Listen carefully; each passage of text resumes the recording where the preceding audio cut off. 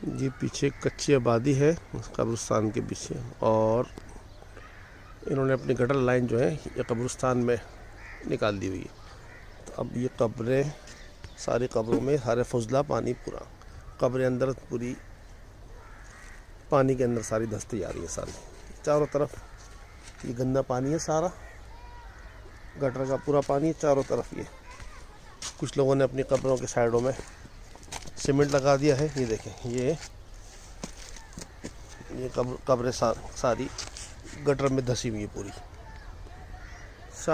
सारी तमाम कब्रें गटर में धंस रही हैं।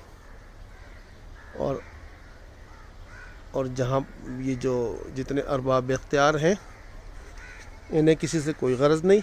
पिछली आबादी ने, ये सारी आबादी ने दीवार के साथ सारी इंक्रोचमेंट है, ये सारी इंक्रोचमेंट ने, कच्ची आबादियों ने अपने मकान पक्के कर लिए हैं और गटर लाइनें कब्रिस्तान के अंदर निकाल दी हैं, और कोई पूछने वाला नहीं है इधर से। ये पुरसान हाल है। मतलब जिंदों को तो आपने वैसे ही जिंदा दरगू किया हुआ है, मरों को भी नहीं छोड़ रहे।